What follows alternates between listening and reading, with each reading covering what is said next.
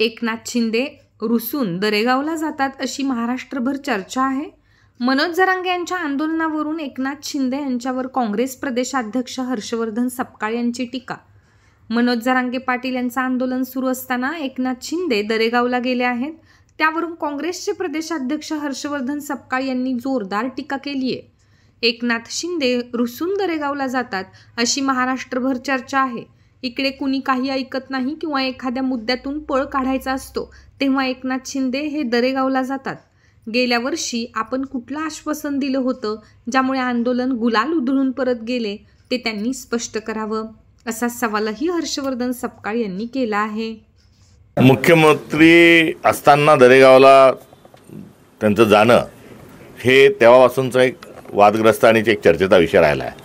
जेव्हा इथे कोणी काय ऐकत नाही किंवा एखाद्या मुद्द्यातून पळ काढायचा असतो तर ते लगेच शेतीतले त्यांचे फोटो व्हायरल होतात आणि वाटपामध्ये गडबड झाली, मुख्यमंत्रीपद मिळालं नाही तर रुसून ते दरेगावमध्ये जातात अशी एकंदरीत महाराष्ट्रभर चर्चा आहे।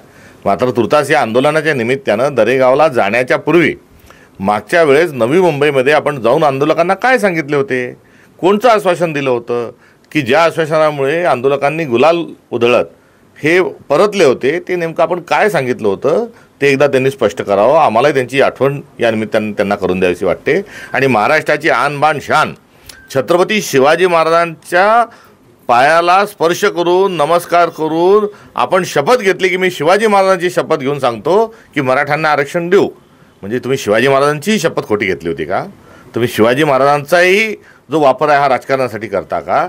हे एकदा जे आहे ते कुठेतरी शिंदेंनी हे स्पष्ट केलं पाहिजे। त्यामुळे शिवाजी महाराजांची घेतलेली शपथ सर्वश्रुत आहे, आंदोलककारी वापस त्यांनी आश्वासन देऊन परतवले होते हेही स्पष्ट आहे। आणि आता या आंदोलनानं आता शिगेवर पोचलेलं असताना त्यांनी यातून पळ काढणे म्हणजे ते कुठेतरी आता आपली भूमिका ही पूर्ण करत नाही हा त्यातला असणारा त्याचा अर्थ आहे।